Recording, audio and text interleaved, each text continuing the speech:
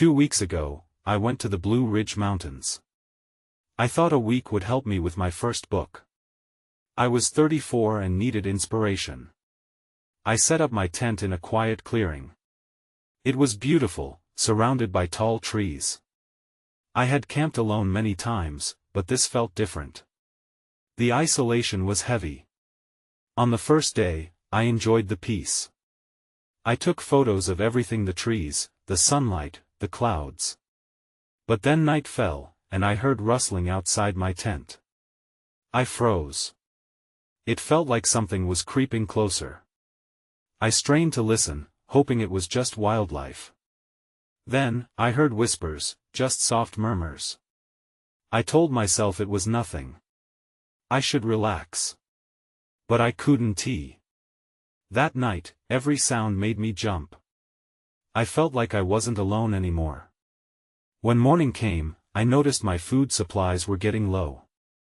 I had packed enough for a week. I couldn't understand why I was running out so fast. Maybe I was eating more than I thought.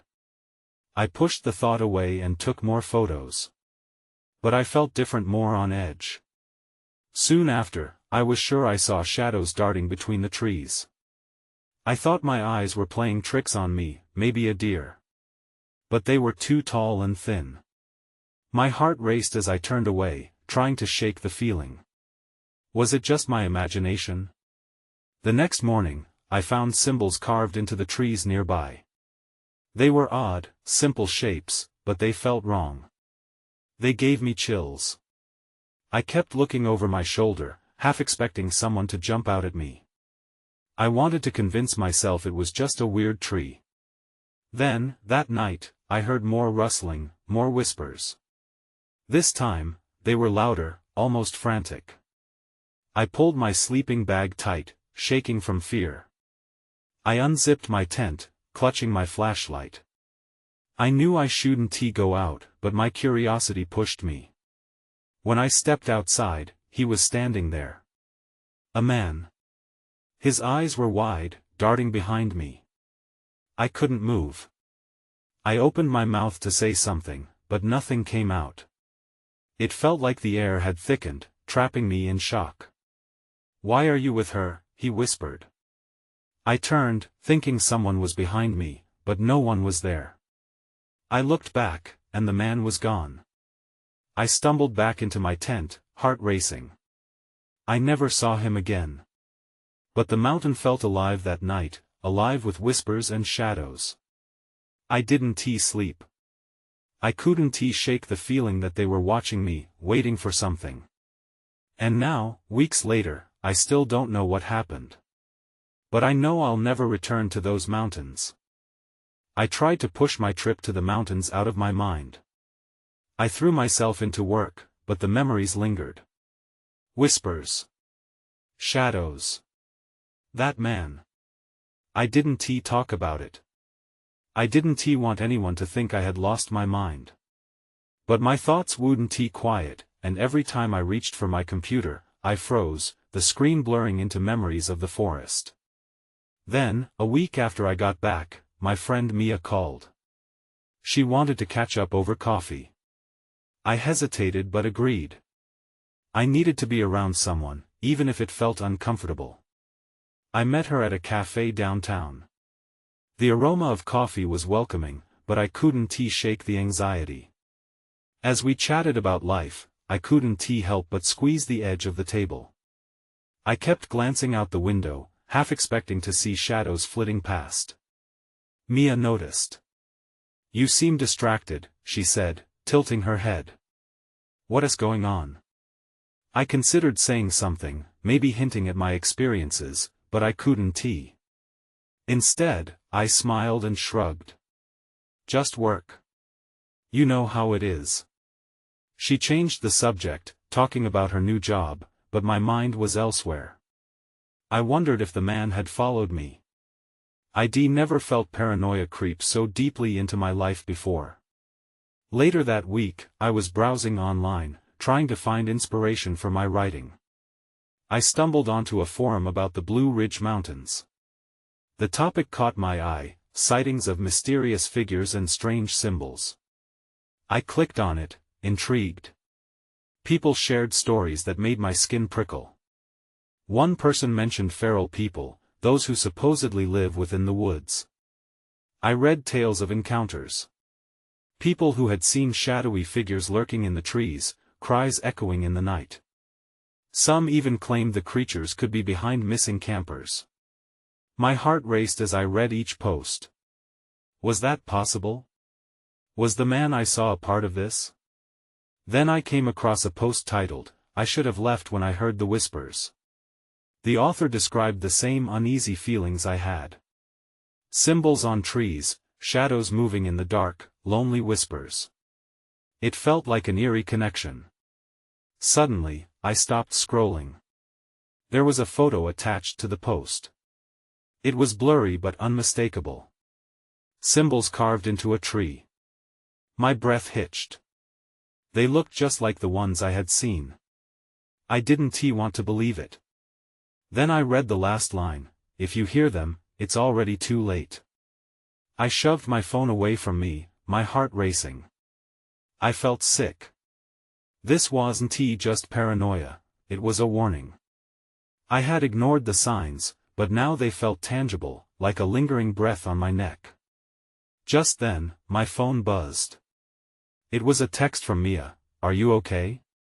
I've been thinking about you." I stared at the message, unsure of how to respond. Before I could gather my thoughts, I heard a rustling from outside my window. I froze, blood running cold. The whispers returned, echoing through my mind, pulling me back into those woods. That's when I saw it.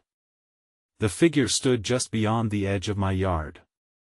It was cloaked in shadow, blending seamlessly with the trees. My heart raced, but I was rooted to the spot. I blinked, certain I was imagining things, but it didn't disappear. It watched me. I leaned closer to the window, my breath catching in my throat. The whispers grew louder in my mind, echoing off the walls of my small apartment. They were indistinct but insistent, pulling me toward the unknown outside. Panic surged through me. Was this it? Was this the figure from the forest? The wind brushed through the leaves, adding to the eerie atmosphere. I fumbled for my phone, but a sickening feeling gripped me. What could I even say? "Hey, there's a creepy shadow outside my window." Instead, I remained silent, heart hammering. Then, as though sensing my thoughts, the figure shifted. It stepped forward into the dim light of my porch. My breath caught as I finally caught a glimpse of its face, hollow eyes and sunken cheeks. The kind of features that made it impossible to tell if it was human at all. I wanted to scream, to run, but I was paralyzed with fear. Suddenly, it moved, darting back into the trees like a wraith, leaving nothing but rustling leaves in its wake. I stumbled backward, breaking the spell that held me captive.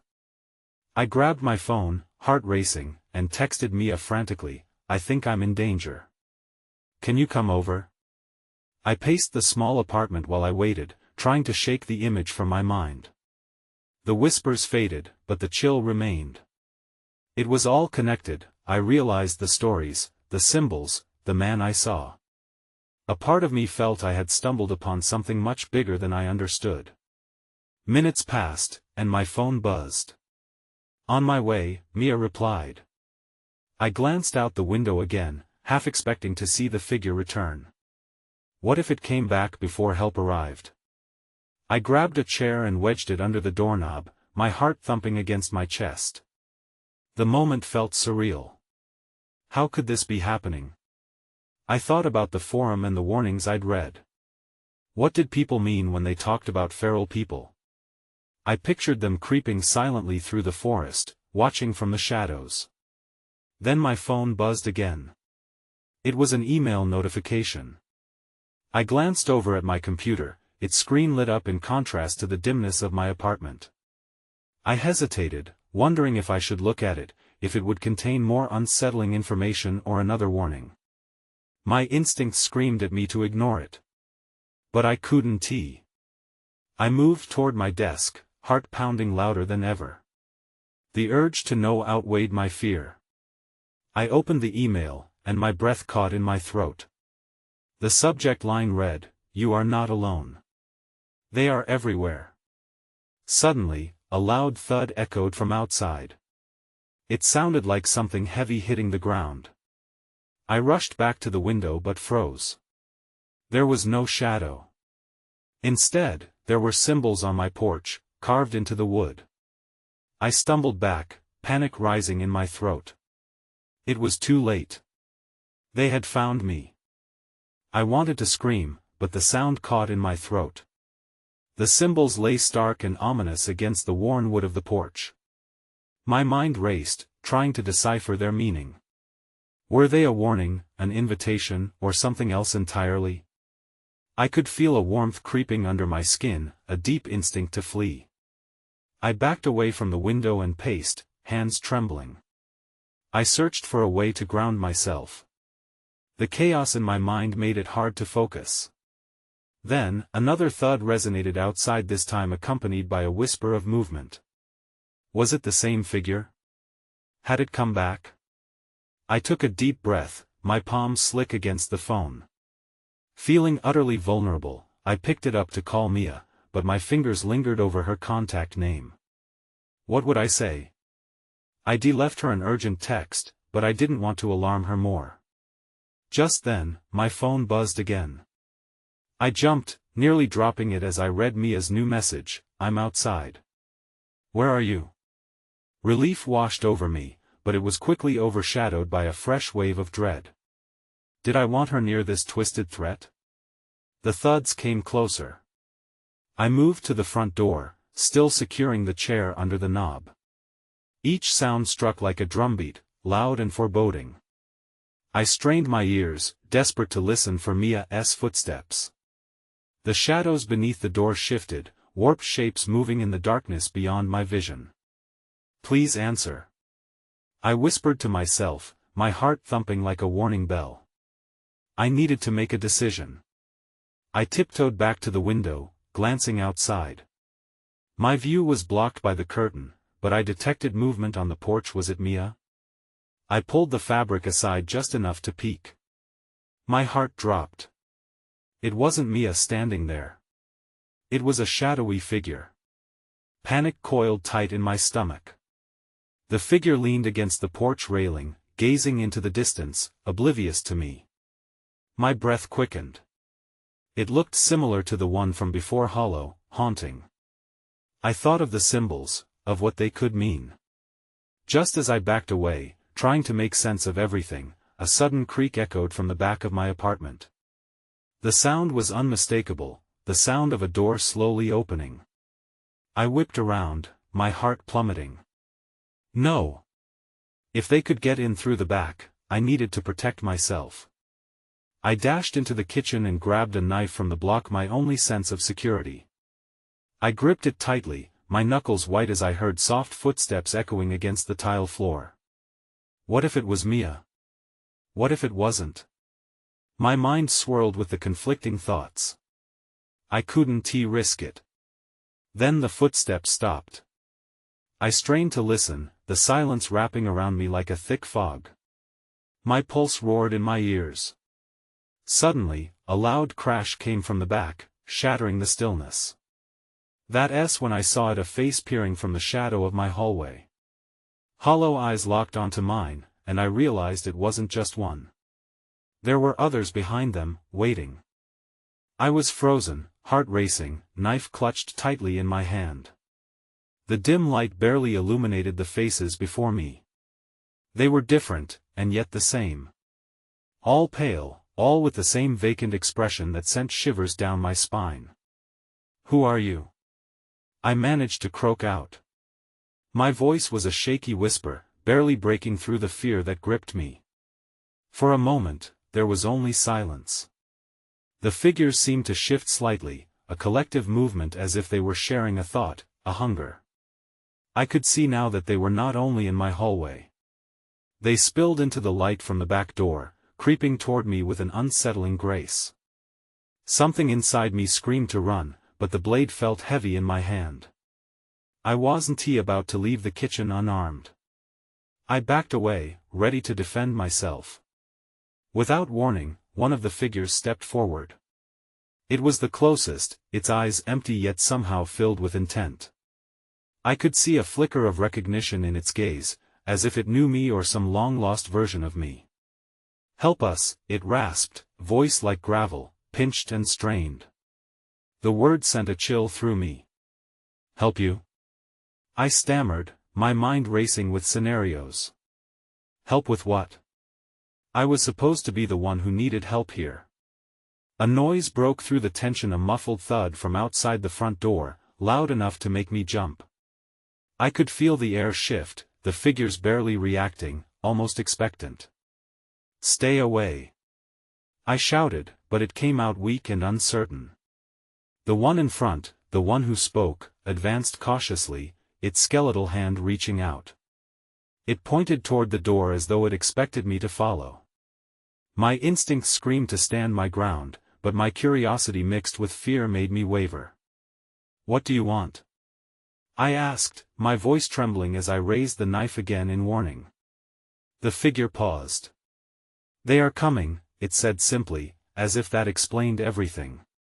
The word they sent fresh panic racing through my veins. I glanced at the door, unsure what I would find if I opened it.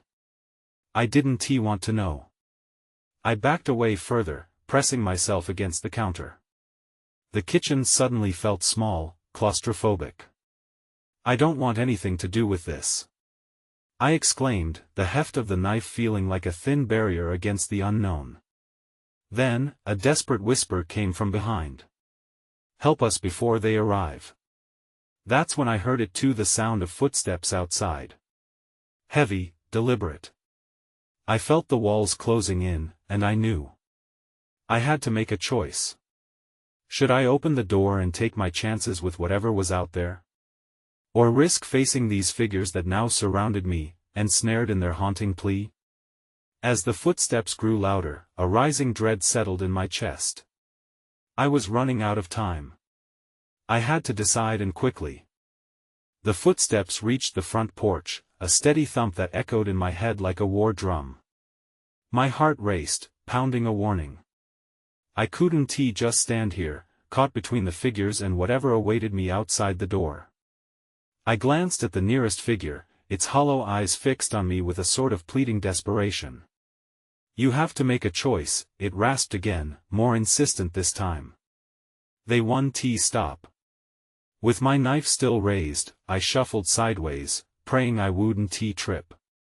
I was so focused on the door that I nearly missed the sound of whispering coming from the figures. It was low and indistinguishable, a chorus that sent a wave of cold panic through me. They were communicating, plotting, and I had no clue what role I played in their ominous scheme. The thumping continued, and my mind raced. Whatever was outside could have any number of intentions. Was it help? Or was it a threat worse than these specters before me? "Help us," the one who spoke first insisted, its skeletal hand still stretched out. I caught a glimpse of something fleeting in its eyes, fear? Or hope? "You know us. We can save you." Something about its words dug into me. I knew them. The thought sent a jolt of confusion through my brain. Suddenly, the air felt charged with something I couldn't understand but instinctively sensed was dangerous. Then came the distinct sound of claws scraping against wood. My stomach dropped. It was different from footsteps, it was predatory. An instinct to flee tried to take hold, but fear rooted me to the spot. I had no idea what was on the other side of that door, and the figures advancing toward me didn't seem inclined to give me any answers. "Help!" A new voice rang out from outside, a child's voice. My heart plummeted. A child?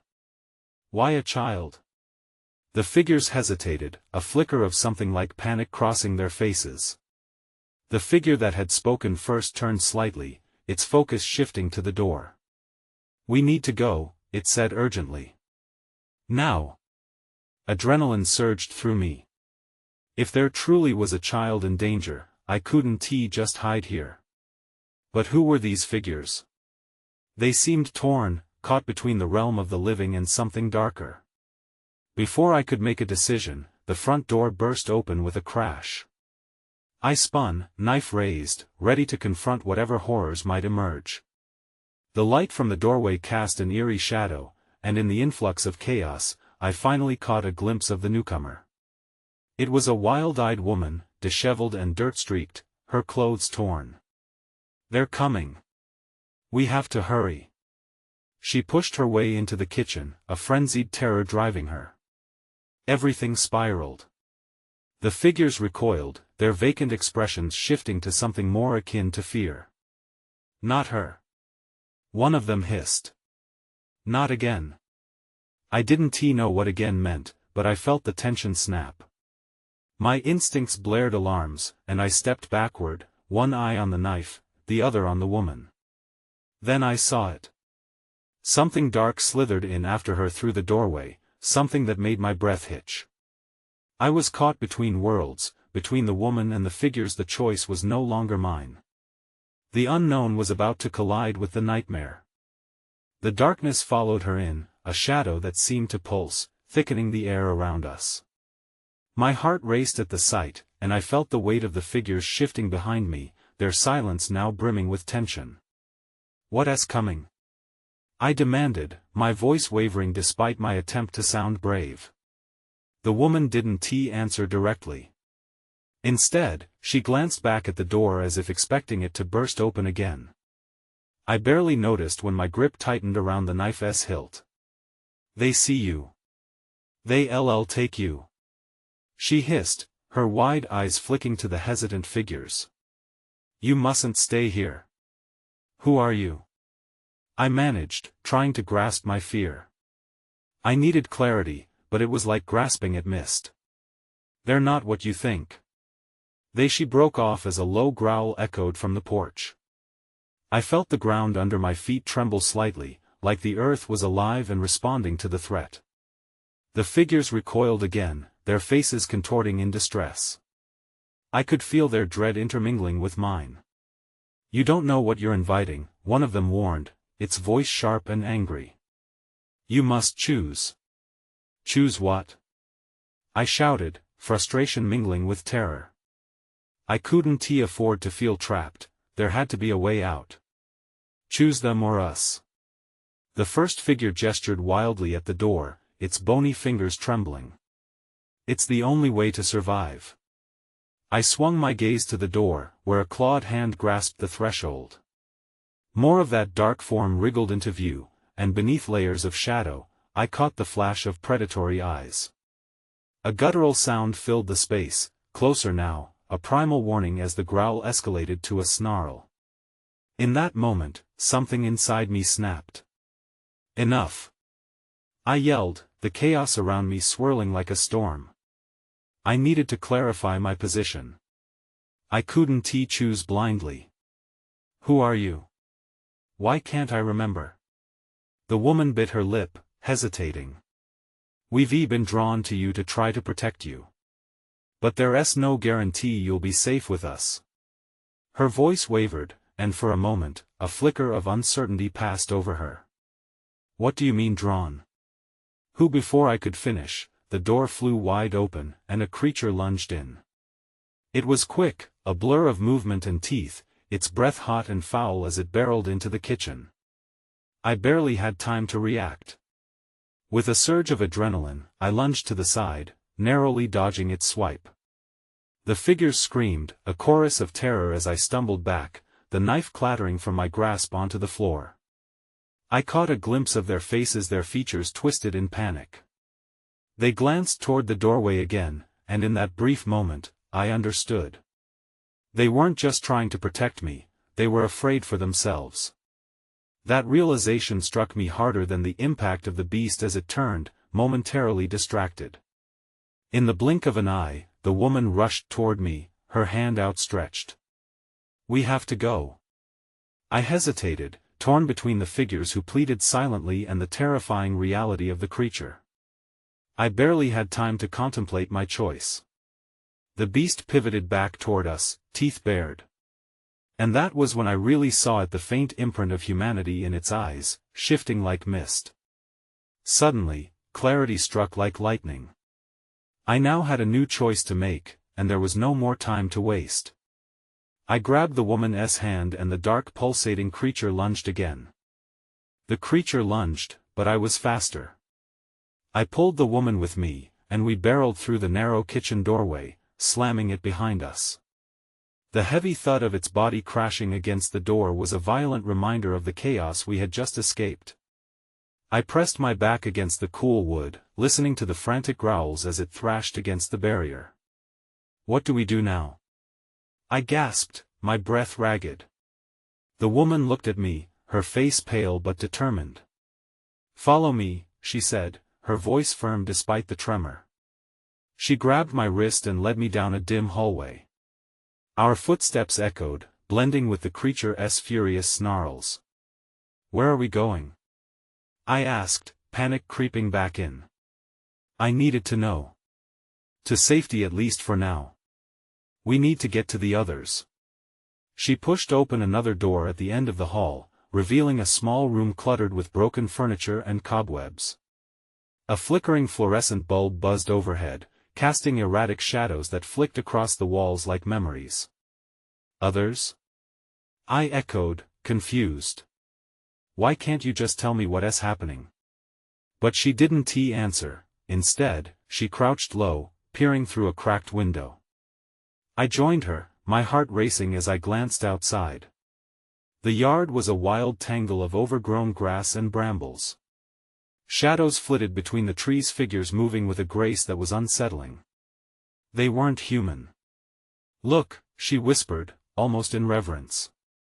They gather at night, drawn to those who remember. I pulled back sharply. What do they want from me? Power. Knowledge. Her voice trembled. You're connected to them. They sense it. Before I could process her words, a loud crash shattered the stillness. The creature had burst through the door behind us. I felt a rush of cold fear. It was here. We can't stay. I shouted, my voice barely a whisper now. What if it gets in? I have a plan, she insisted, still watching the doorway. But you need to trust me completely. Trust? An icy tendril of dread coiled around my gut. How could I trust anyone in this madness? Then came the howl. It pierced through the air like a knife, sending chills racing down my spine. The creature was close. I could see its shadow moving under the door, a dark wraith searching for us. Now! She yelled, digging through the clutter. In a moment, she pulled out a rusted crowbar. I nearly recoiled in fear. Are you insane?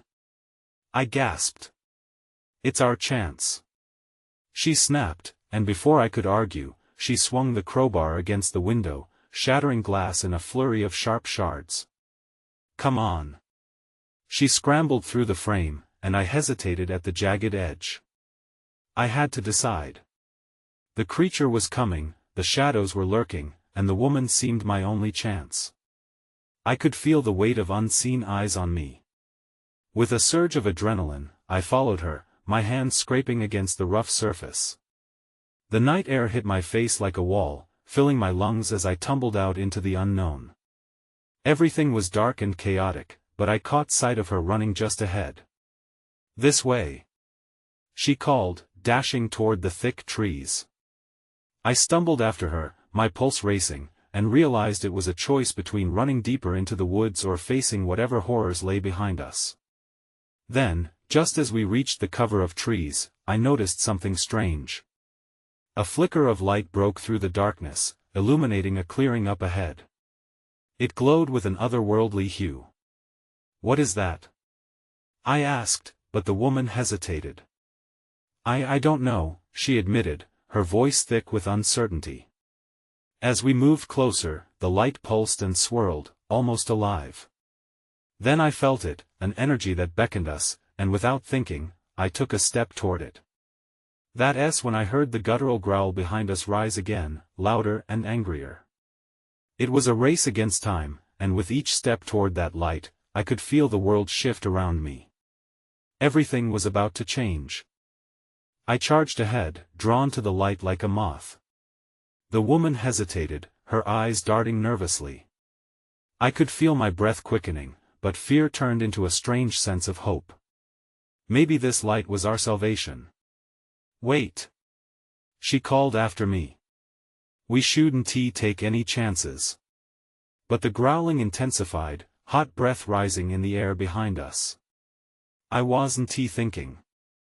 I just moved, sensing that whatever was behind us couldn't be as terrible as what might lie ahead. The glow became brighter, wrapping around me like a warm embrace.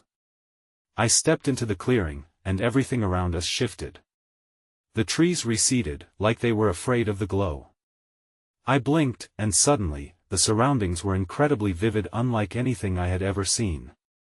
The grass shimmered with colors I couldn't name, and the air was thick with pulsating energy. Look! I gasped. The woman made it to my side, her eyes wide. In the center of the clearing stood a figure. It was tall and slender, with features that were both beautiful and unsettling.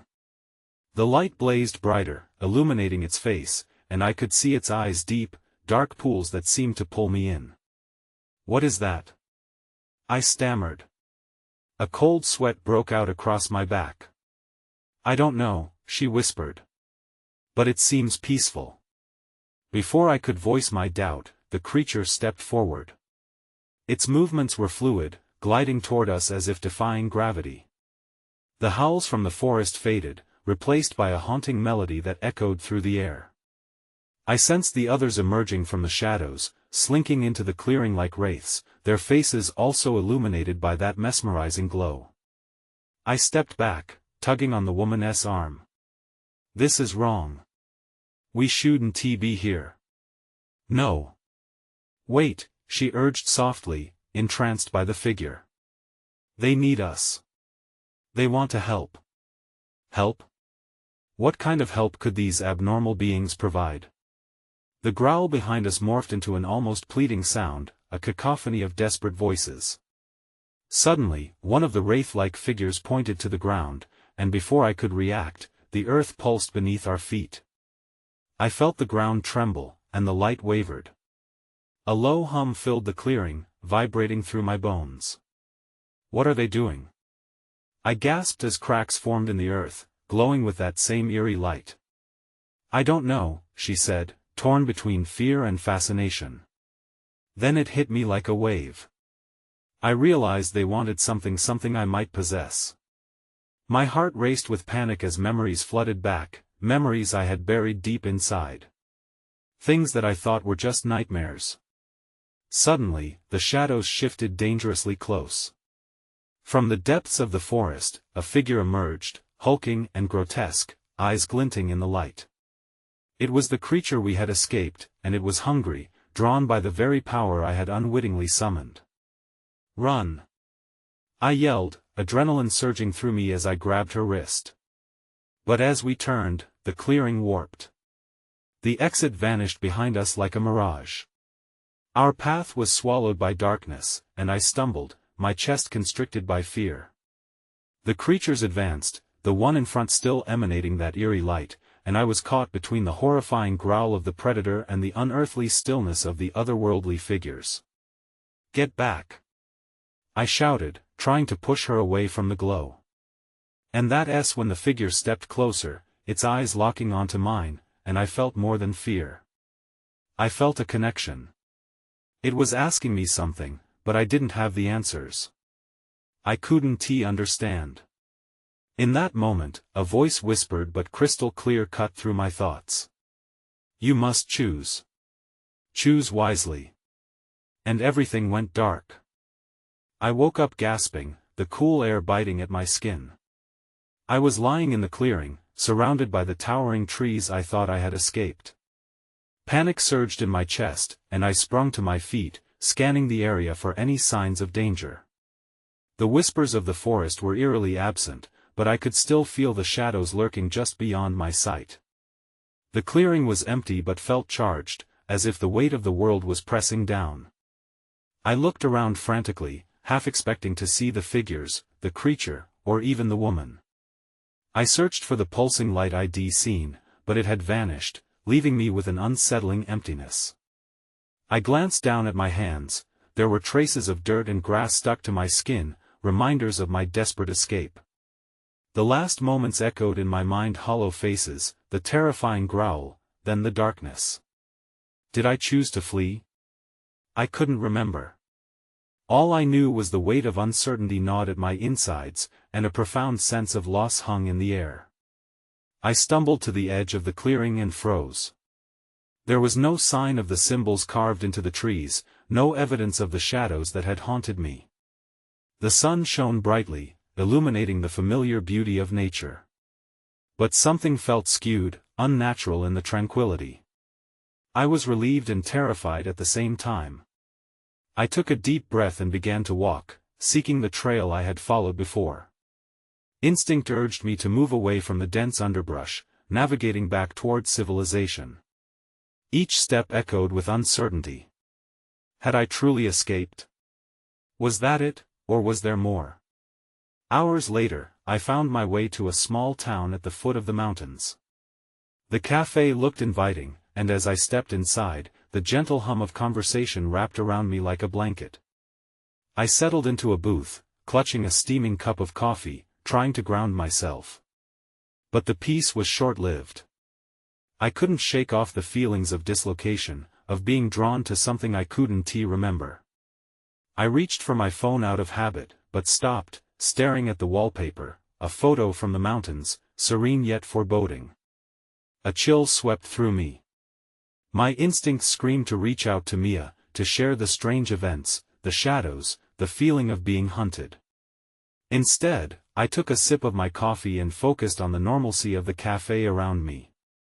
But I still felt unfinished. Beneath the surface, the chaos lingered, unanswered questions clawing at the edges of my mind. What are you really looking for? I murmured to myself, aware of how insane it sounded. I glanced around at the strangers, wondering if they were oblivious to the darkness that thrummed beneath the reality we constructed. As I sat, the cafe door swung open, and a familiar face stepped in. Mia, searching for me. Relief flooded through me, but also a swirl of anxiety. What would I say? Would she understand? I watched her approach, a smile lighting her face, yet behind her eyes, I sensed concern. "There you are!" she exclaimed. "You scared me. I was worried something happened." I opened my mouth to speak, but the words stuck in my throat. Did I want to drag her into what I experienced? To share the paranoia and uncertainty? My gaze flickered to the window, and for the briefest moment, an ominous shadow danced past. My heart raced, but I shook off the worry. Was it real? "Mia," I finally said, a hesitance hanging between us. "I need to tell you something. Something I can't really explain." But as I spoke, I couldn't shake the feeling lurking just below the surface. Darkness never truly dissipates, it waits for an opportunity to return. The memories of the disappearing light, the figures who needed help, the creature who hunted me, they all remained, a haunting presence. And even as I drummed up courage to unravel everything, every detail binding me closer to the pulsing unknown, somewhere in the back of my mind, the shadows whispered, waiting patiently. I still think about it sometimes, the mountains, the shadows, and the choices left unmade. I wonder what might have happened if I had followed them into that unsettling glow, or what other forms of darkness linger when the lights go out.